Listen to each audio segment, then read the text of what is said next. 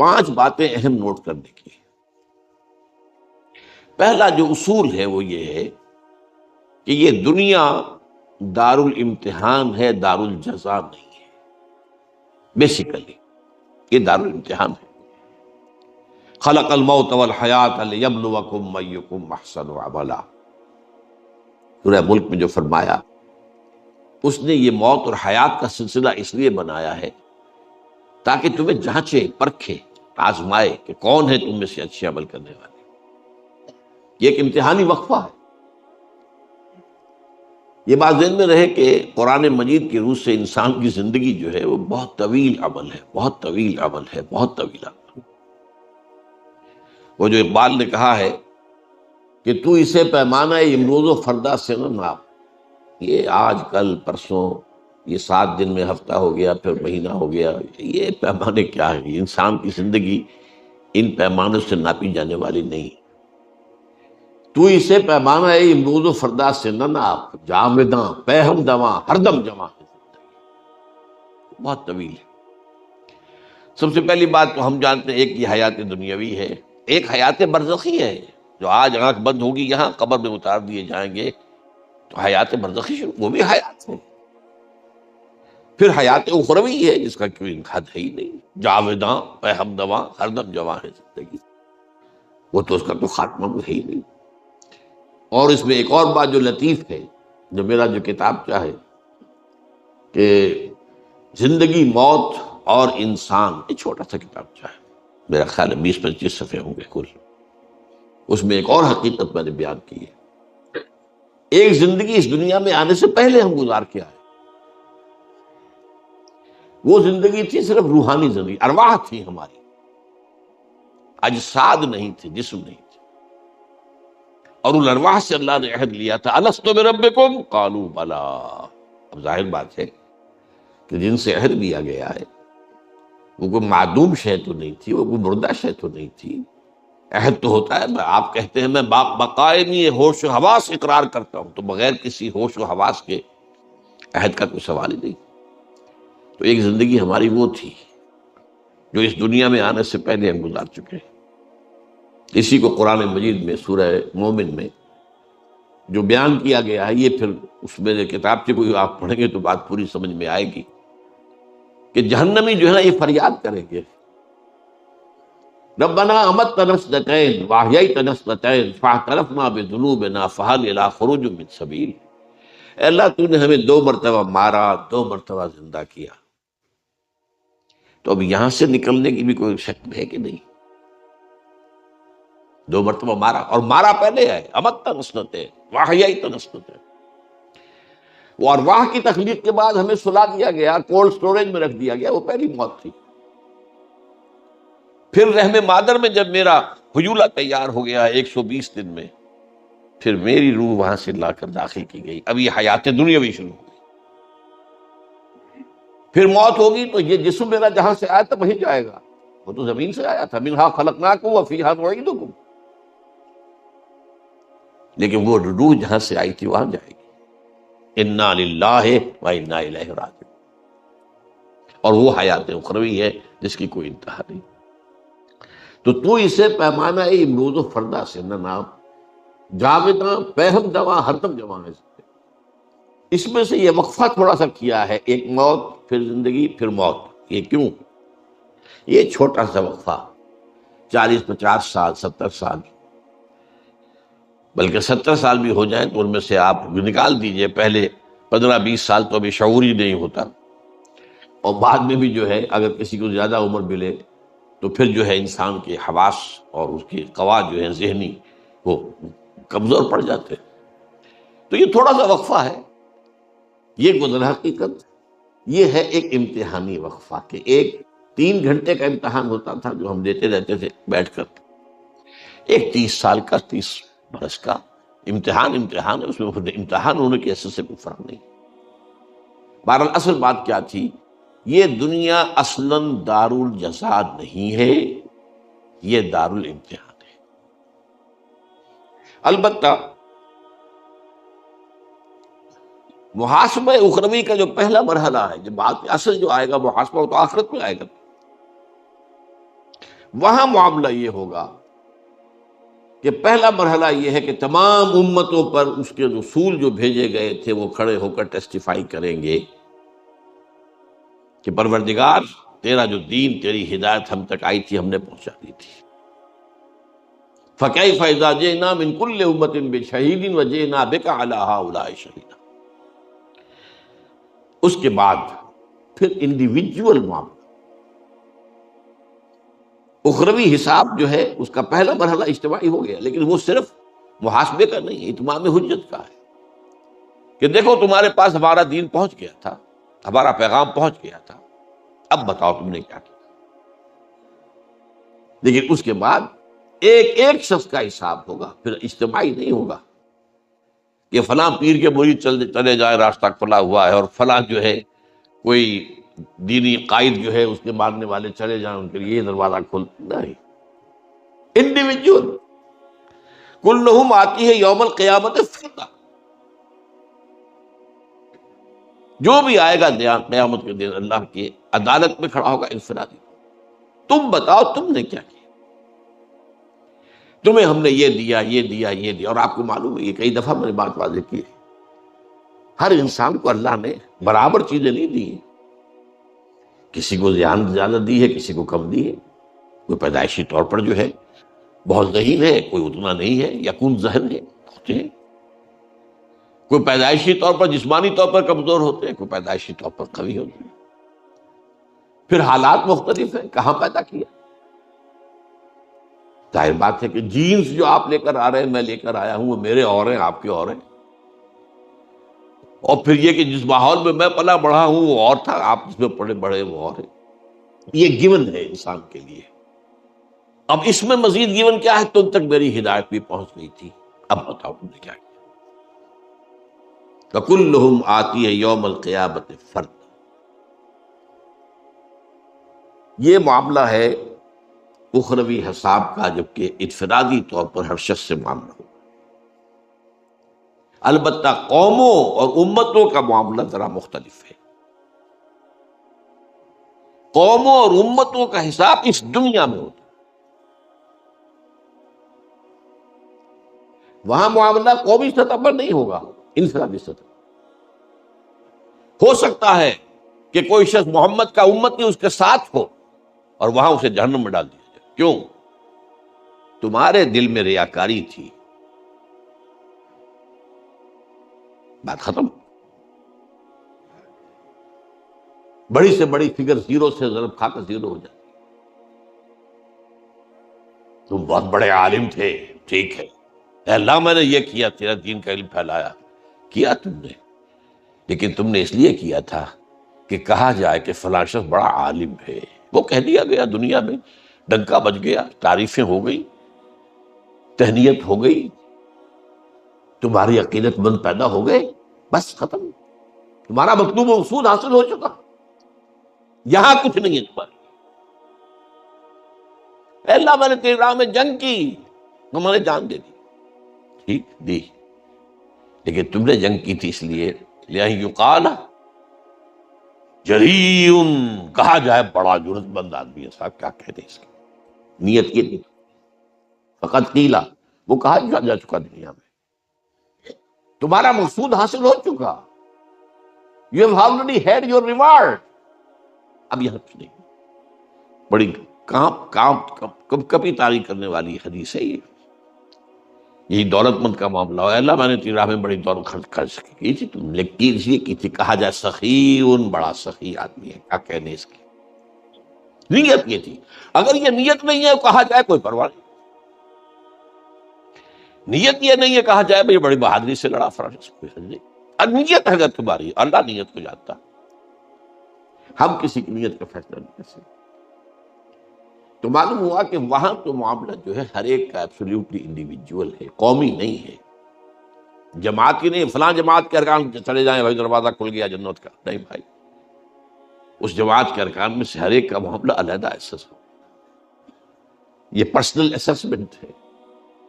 لیکن قوموں کا معاملہ اور امتوں کا معاملہ جو ہے وہ اس دنیا میں۔ بڑا پیارا شعر اقبال کا، فطرت افراد سے اغماس بھی کر لیتی ہے، نہیں کرتی کبھی امت کے گناہوں کو معاف۔ انڈیویجول کو دنیا میں نظر انداز کر دے گا، اس کو تو ٹھیک ہے، اس کو ہم نے جو بھی سزا دینی ہے آخرت میں دینی ہے، لیکن قوم بحیثیت قوم آخرت میں پیش نہیں ہوگی، لہذا قوم کا حساب کتاب فطرت افراد سے اغماس بھی کر لیتی ہے، نہیں کرتی کبھی ملت کے گناہوں۔ یہ جو قومی معاملات ہوتے ہیں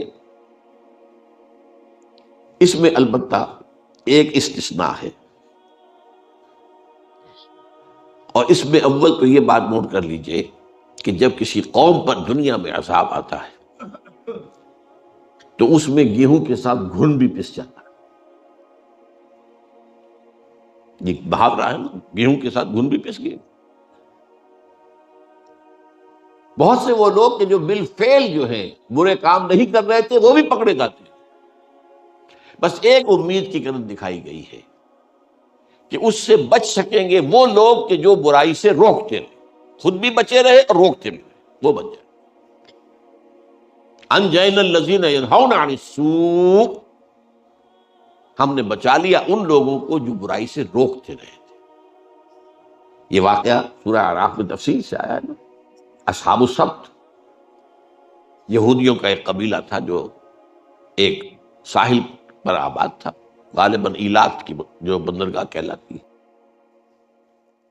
اب ظاہر بات ہے کہ وہاں کیا روزی کیا تھی، مچھلیوں کا پکڑنا۔ اب ان کے ہاں ہفتے کے روز کوئی کام دنیا کا کرنا حرام تھا۔ حیوانات کو بھی اللہ نے شعور تو دے رکھا ہے، مچھلیوں کو احساس ہو گیا کہ ایک دن ہفتے کا ایسا ہے جبکہ ہمیں کوئی کچھ نہیں کہتا، باقی 6 دن ہماری شامت ہوتی ہے۔ وہ 6 دن جاتی تھی ڈیپ سی کے اندر، وہاں کون پکڑے؟ یہ آج کل کی طرح کی تو نہیں تھے ٹرالے، بڑے سینکڑوں ٹن کا ٹرالا پھر رہا ہے اور ڈیپ سی میں سے جا کر مچھلیوں کو پکڑ رہا ہے، وہ تو نہیں تھا معاملہ۔ تو ساحل کے قریب سے ہی وہ اپنے مچھرے جو بھی تھوڑا بہت ان کے پاس جال تھا اس سے پکڑتے تھے۔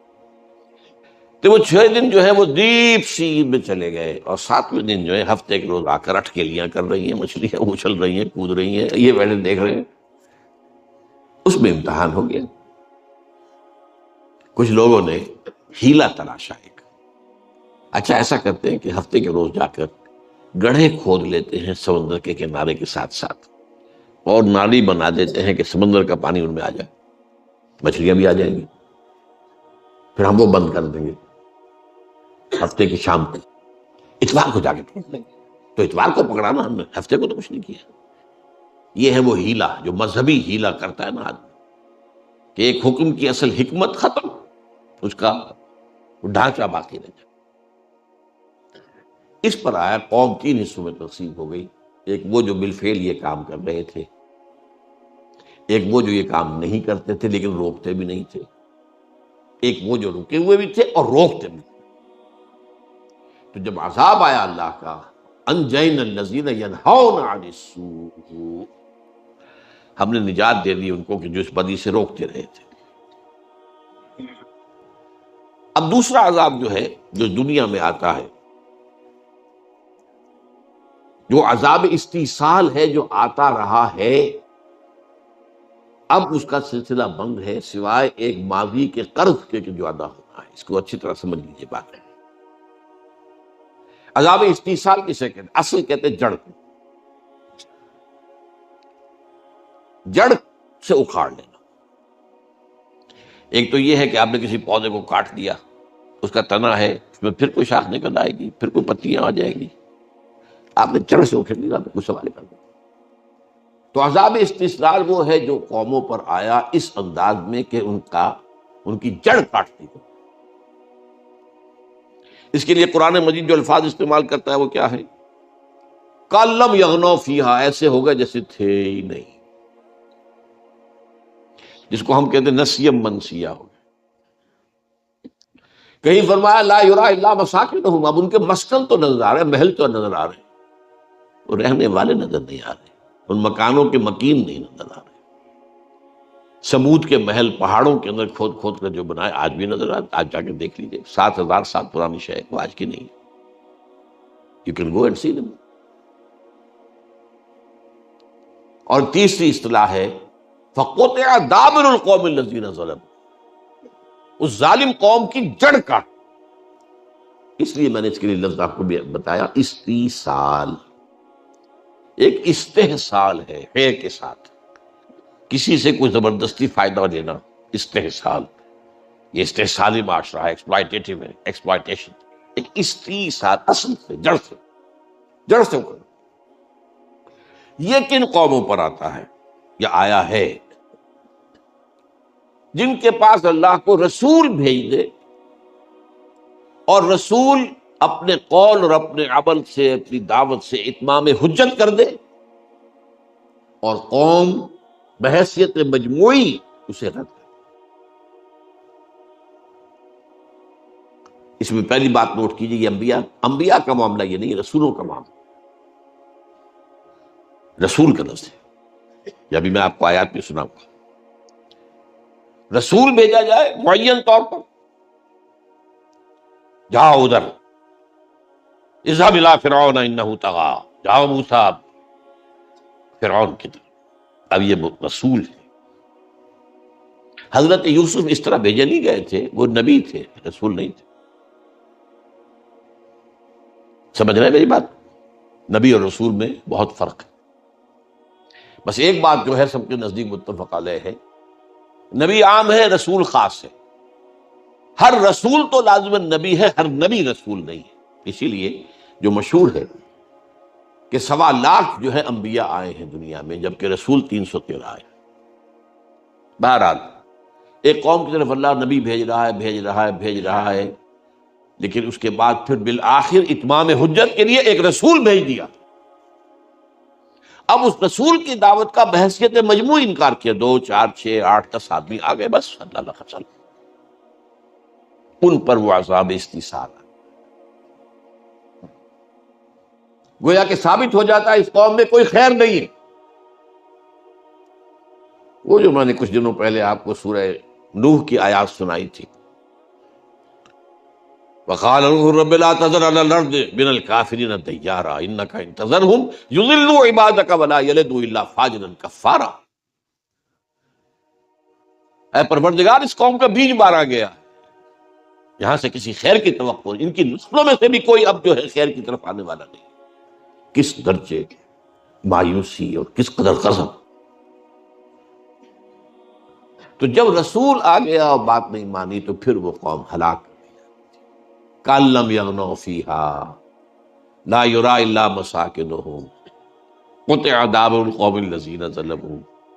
یہ معاملہ ہوا حضرت نوح کی قوم کے ساتھ، حضرت ہود کی قوم کے ساتھ، حضرت صالح کی قوم کے ساتھ، حضرت لوط کو جن شہروں کی طرف بھیجا گیا، حضرت شعیب کی قوم کے ساتھ، آل فرعون کے ساتھ۔ یہ 6 رسول جو ہیں، ان کے بارے میں بار بار قرآن مجید میں ان کے معاملات آئے ہیں تکرار اور اعادے کے ساتھ۔ یہ ہے عذاب استیصال۔ اس میں بھی ایک بات تو میں نے آپ کو بتا دی، یہ نبی کا معاملہ نہیں ہے، یہ رسول کا معاملہ ہے۔ چنانچہ سورہ بنی اسرائیل میں فرمایا وَمَا كُنَّا مُعَذِّبِينَ حَتَّى نَبْعَثَ رَسُولًا۔ ہم عذاب، یہ عذاب مراد عام عذاب نہیں، عذاب استیصال یہاں مراد۔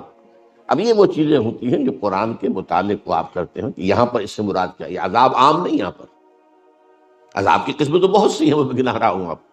یہ عذاب استیصال جو ہے، کسی قوم کو نیست و نابود کر دینا، نسیم منسیہ کر دینا، جڑ کاٹ دینا، یہ عذاب جو ہے وَمَا كُنَّا مُعَذِّبِينَ حَتَّى نَبْعَثَ رَسُولًا، ہم کسی پر یہ عذاب نہیں بھیجتے رہے جب تک کہ رسول کو مبعوث نہ کریں۔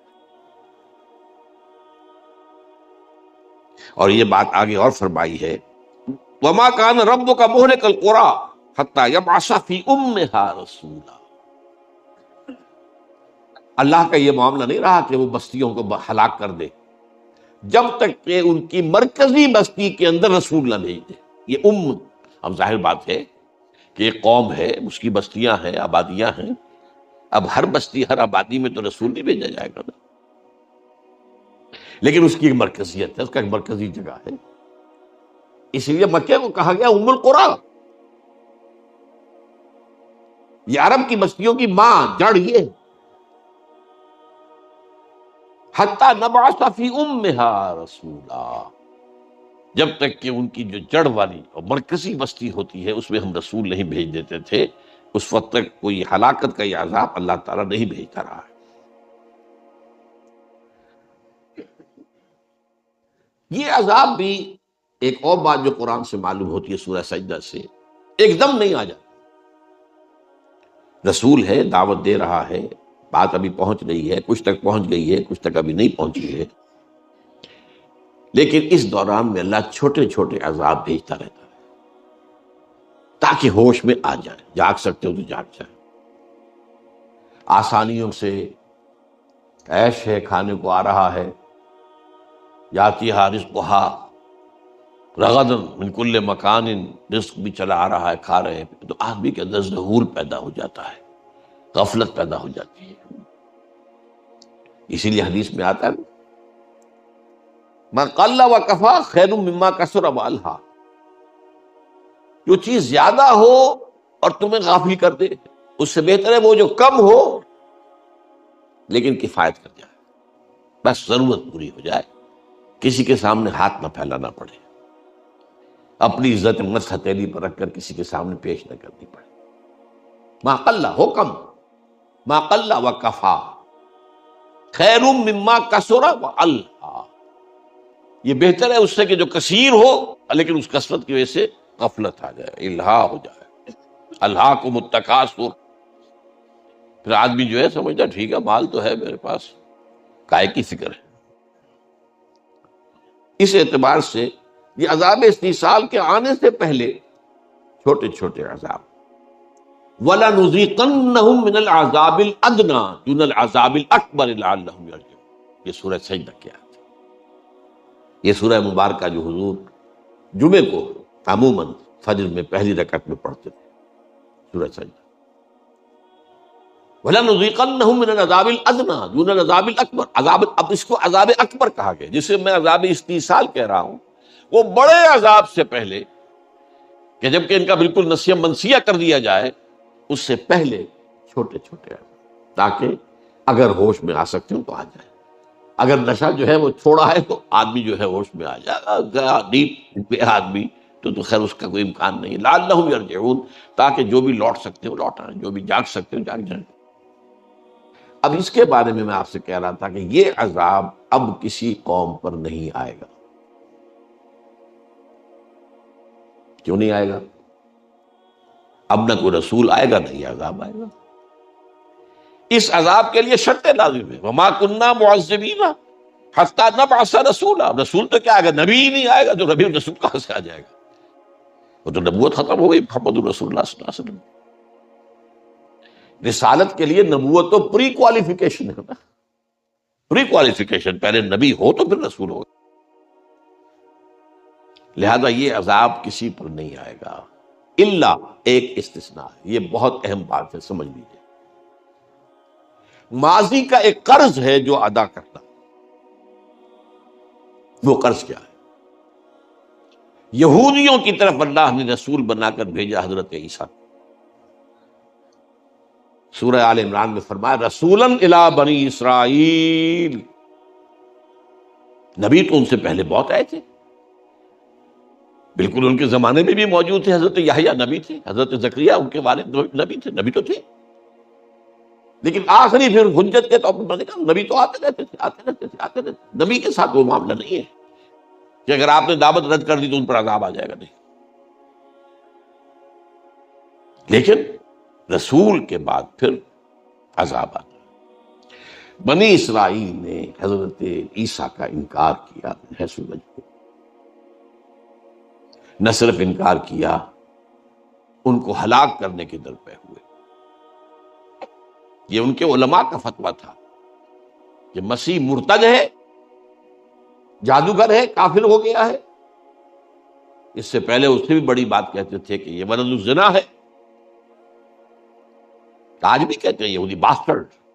اور کمال یہ ہے دیکھیے کہ ان یہودیوں کو عیسائیوں نے اپنے سر کے اوپر اٹھایا ہوا ہے، جو ان کے نبی کو، نبی نہیں، جو ان کو خدا، جو ان کا جو خدا ہے، ان کو باسٹرڈ کہتے ہیں.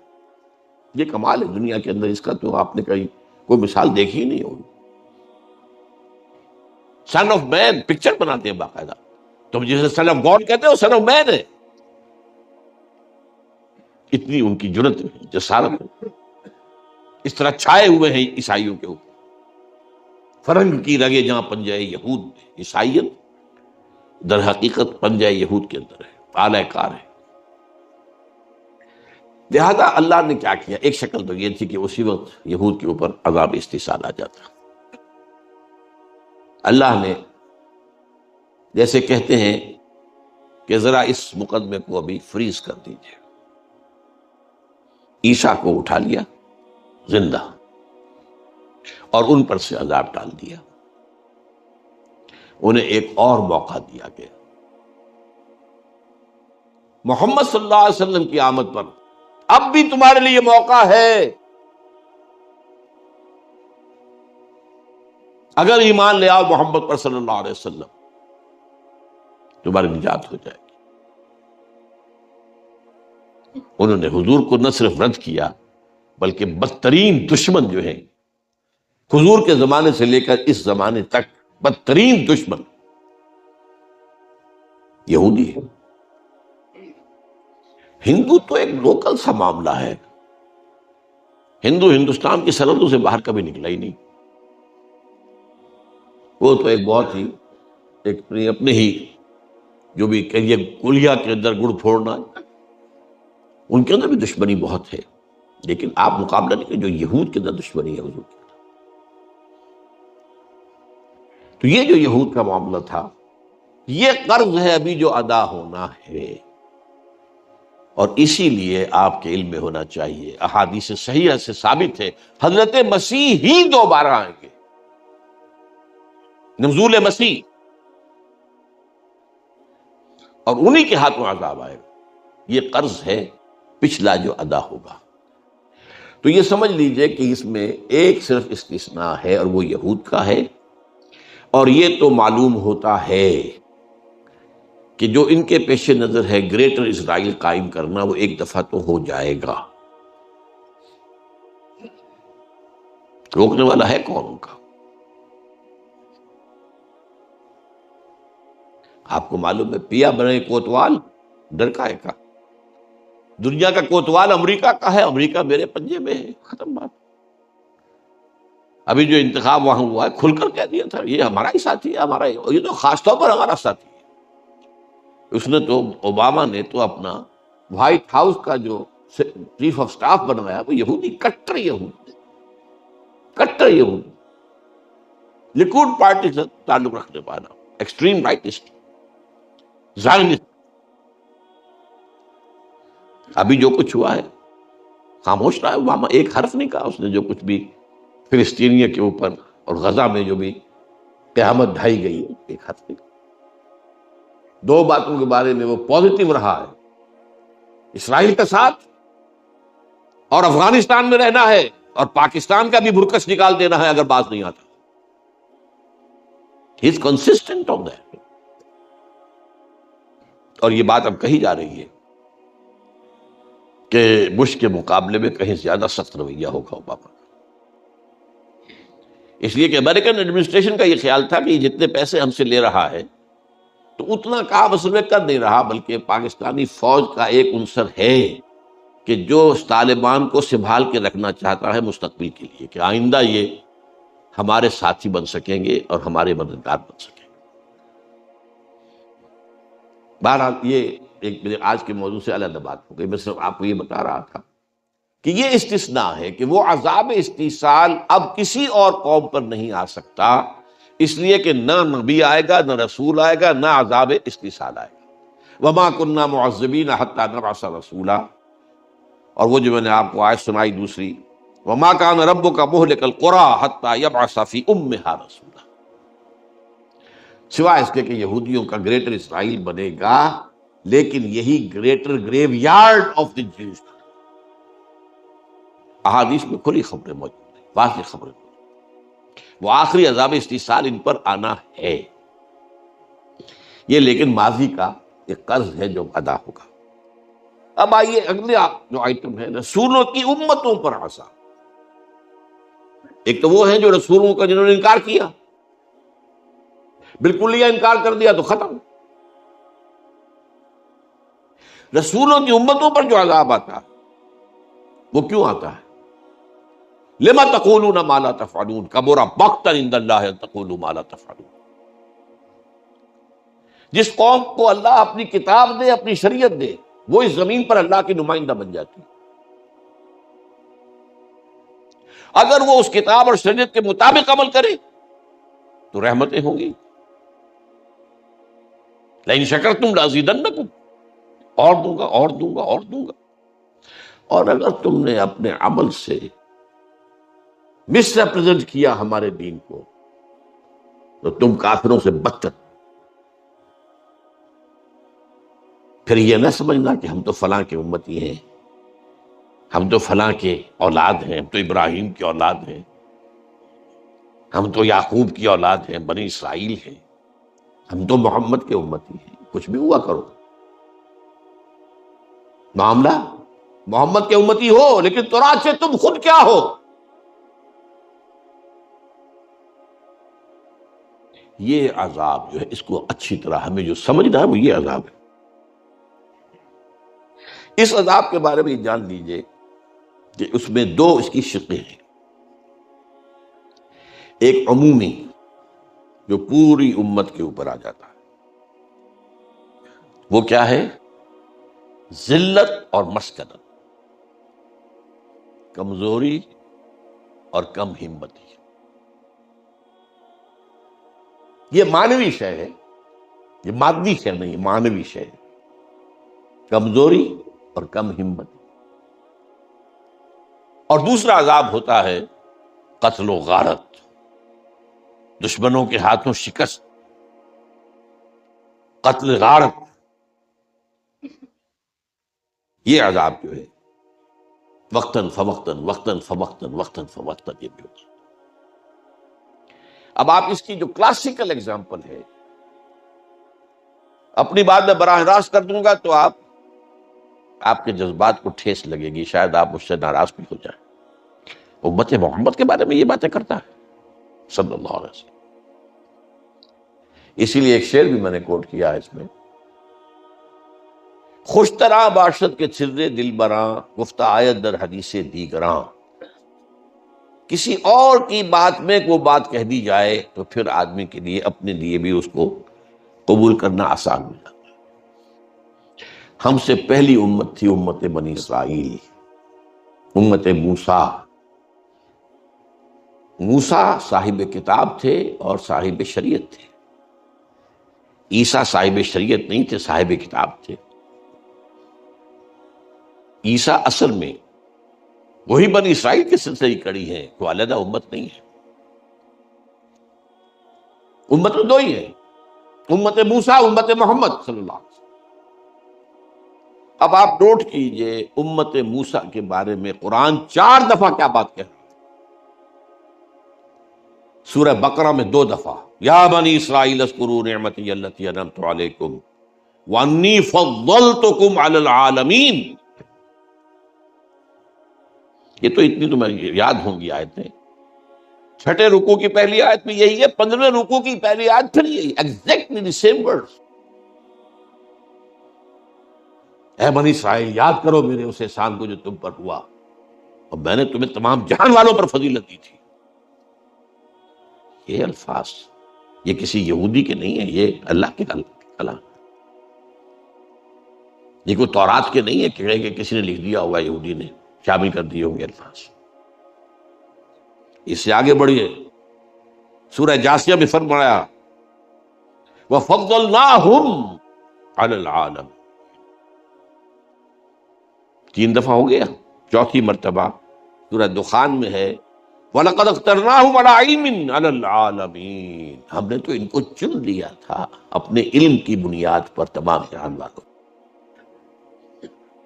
اب دیکھیے ان کے قول کی تائید کر رہا ہے قرآن، دیکھ لیں، we are the chosen people of the lord. ہم تو خدا کے چنیدہ بندے ہیں، منتخب بندے ہیں، ہمیں تو چنا ہے، قرآن کہہ رہا ہے وَلَقَدْ اخْتَرْنَاهُمْ عَلَىٰ عِلْمٍ عَلَى الْعَالَمِينَ۔ وہ اندازہ ہوا آپ کو اس امت کی عظمت کا؟ ویسے تو ہم لفظ یہودی گالی کے طور پہ استعمال کرتے ہیں نا، تو ٹھیک ہے، لیکن آپ اس امت کے بارے میں قرآن کیا کہہ رہا ہے؟ لیکن پھر اسی امت کے بارے میں ضربت علیہم الذلۃ والمسکنۃ وباؤوا بغضب من اللہ، ان پر ذلت اور مسکنت تھوپ دی گئی اور وہ اللہ کے عذاب کو لے کر لوٹے۔ یہ میں نے آپ کو بتایا دو حصوں میں، ذلت و مسکنت معنوی ہے، کم ہمتی، جیسے کہا کہ نیوروسینیا، کسی شخص کو اعصاب کی کمزوری ہو جاتی ہے، اچھا والا ہے، سب کو ڈاکٹر دیکھ کے بتا رہے ہیں کوئی خرابی نہیں، کچھ نہیں، کوئی کمی، ہارٹ بھی ٹھیک ہے، سب ٹھیک ہے، بلڈ پریشر ٹھیک ہے، یہ بھی ٹھیک ہے، لیکن اندر سے معلوم تک کھوکھلا ہو گیا اعصاب۔ یہ ہے مسکن۔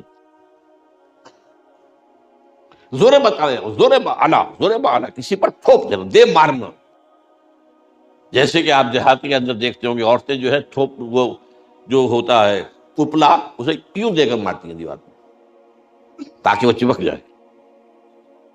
ضربت علیہم الذلۃ والمسکنۃ وباؤوا بغضب من اللہ، اور یہ ایک دفعہ نہیں، دوسری مرتبہ پھر آیا سورہ آل عمران میں، ضربت علیہم الذلۃ اینما ثقفوا الا بحبل من اللہ وحبل من الناس، ان پر مسکن، ان کے اوپر ذلت تھوپ دی گئی ہے جہاں کہیں بھی پائے جائیں گے، سوائے یہ کہ اللہ کی طرف سے ہی کوئی مہلت مل جائے یا کوئی لوگوں کا سہارا ہو جائے۔ آج لوگوں کے سہارے، عیسائیوں کے سہارے کھڑا ہوا یہودی، اپنے بل پر نہیں ہے۔ لیکن یہ نہیں ہے، یہودیوں نے ان کو قبضے میں لیا کیا ہوا، لیکن ہے بہرحال ان کی ساری قوت کا دار و مدار امریکہ پر۔ 41 ویٹوز آن کریڈٹ آف امریکہ، کیا آپ یونائٹڈ نیشن کی جنرل اسمبلی ایک قرارداد پاس کر رہی ہے اور امریکہ ویٹو کر رہا ہے، ویٹو کر رہا ہے، ویٹو کر رہا ہے، ویٹو کر رہا ہے، اور اس کے اوپر جو ہے بارش کی ہوئی ہے۔ تو یہ ہے کہ انسانوں کا کوئی سہارا، اور کیوں مل رہا ہے سہارا، یہ پھر میں اگلی مرتبہ عرض کروں گا۔ یہ امت مسلمہ پر جو آنے والا عذاب ہے، یہ وہ تلخ باب ہے جو میں اس کی تلخی کو کم کرنے کے لیے آج یہ آپ کو پہلے یہ نہ سمجھو کہ آپ ہی ہیں ریختہ کے تم ہی استاد نہیں ہو، غالب کہتے ہیں اگلے زمانے میں کوئی میر بھی تھا، تم ہی نہیں ہو امت مسلمہ، پہلے بھی ایک اور امت تھی جس کے سند میں آپ کو دے چکا، انی فضلتکم علی العالمین، فضلناہم علی العالمین، اخترناہم علی علم علی العالمین، ضربت علیہم الذلۃ والمسکنۃ وباؤوا بغضب من اللہ۔ غضب کیا ہوا؟ نمبر ایک، اشوریوں کے ہاتھوں بربادی ہوئی 700 قبل مسیح میں، کلدانیوں کے ہاتھوں، نیبوکدنیزر کے ہاتھوں بربادی ہوئی، قتل عام ہوا، میسیکر ہوا، ہیکل سلیمانی گرایا گیا 587 قبل۔ پھر وہ دوبارہ اللہ نے ایک مہلت دی، پھر انہیں آباد کیا، پھر انہوں نے وہ بنایا اپنا ہیکل سلیمانی، پھر آ کر یونانیوں نے رگڑا، رومیوں نے رگڑا، اور رومیوں نے، ایک رومن نے، ٹائٹس نے 70 عیسوی میں وہ ان کا جو ہے ہیکل بھی گرا دیا، اور 1,33,000 یہودی ایک دن میں قتل کیے یروشلم میں، اور نکال دیا، نکل جاؤ فلسطین سے، کوئی نہیں تمہاری یہاں رہنے کی جگہ۔ کئی سو برس تک یہ یروشلم کی بستی اجڑی رہی۔ تو ہیڈریان بعد میں جو ایمپرر بنا روم کا، اس نے پھر اسے دوبارہ آباد کیا اور نام بھی بدل دیا، یروشلم نہیں، ایلیا، حضور کے زمانے میں ایلیا اس کا نام تھا۔ اور یہ تو قرآن مجید کے نزول سے پہلے کی باتیں ہوئی، اشیریوں کے ہاتھوں تباہی، کلدانیوں کے ہاتھوں تباہی، یونانیوں کے ہاتھوں تباہی، رومیوں کے ہاتھوں تباہی، اور حضور کے بعد جرمنوں کے ہاتھوں تباہی جو پچھلی صدی۔ اب طرفہ تماشا نوٹ کر لیجئے، یہ سب کچھ ہے، لیکن وہ کہتے یہی رہیں گے، نحن ابناء اللہ واحباؤہ، ہم تو اللہ کے بیٹے ہیں، چہیتے ہیں۔ ٹھیک ہے، تم چہیتے تھے، ٹھیک ہے اللہ نے تمہیں چنا تھا، ٹھیک ہے استغناہم علی العالمین اللہ نے فرمایا ہے، لیکن اس کے بعد تمہارے اعمال، تمہارے کرتوت، اللہ تعالیٰ کا قاعدہ اور قانون وہ عمل کے ساتھ ہے۔ پیش کر غافل عمل کوئی اگر دفتر میں ہے، یہی وجہ میں نے آیت کی پڑھا سنائی تھی آپ کو، شروع میں کیا تھی وہ، وقالت اليہود والنصارى نحن ابناء اللہ واحباؤہ قل فلم يعذبكم بذنوبكم، ایسے ہی تم چہیتے اور لاڈلے ہو تو اللہ تمہیں کیوں عذاب دیتا رہا؟ تمہاری ایسی ایسی پٹائی، ایسی ایسی پٹائی، اشریوں کے ہاتھوں تباہی، کلدانیوں کے ہاتھوں بربادی، 2 مرتبہ تمہارا خانہ کعبہ 2 مرتبہ گرا پڑا ہوا، سن 70 عیسوی سے لے کر آج تک 2009 تک گرا ہوا ہے، اب انہوں نے بنانا ہے، اب ان کے ایجنڈا میں شامل ہے بنانا ہے، لیکن اس کے باوجود زوم یہ ہے کہ ہم اللہ کے چہیتے، we are the chosen people of the lord, اور زوم یہ ہے کہ لن تمسنا النار الا ایاما معدودات، ہمیں تو آگ چھو ہی نہیں سکتی، ہم یعقوب کی اولاد ہیں، بخشے بخشائے ہیں، یہ تو اللہ دوسروں کی آنکھوں میں دھول جھونکنے کے لیے ہمیں چند دن کے لیے شاید جہنم میں ڈال دے، ورنہ ہمیں نکال دے گا۔ یہ ہوتے ہیں وہ پھر عقیدے جو بن جاتے ہیں، جو راسخ ہو جاتے ہیں، حالات کچھ اور کہہ رہے ہیں اور ہم کچھ اور کہہ رہے ہیں، منچوی گوئے بتمورہ منچوی سرائے۔ بہرحال یہ میں نے آج آپ کے سامنے قرآن کا قانون عذاب یہ آپ کے سامنے بیان کیا ہے۔ اقول قولی ھذا واستغفر اللہ لی ولکم ولسائر المسلمین والمسلمات۔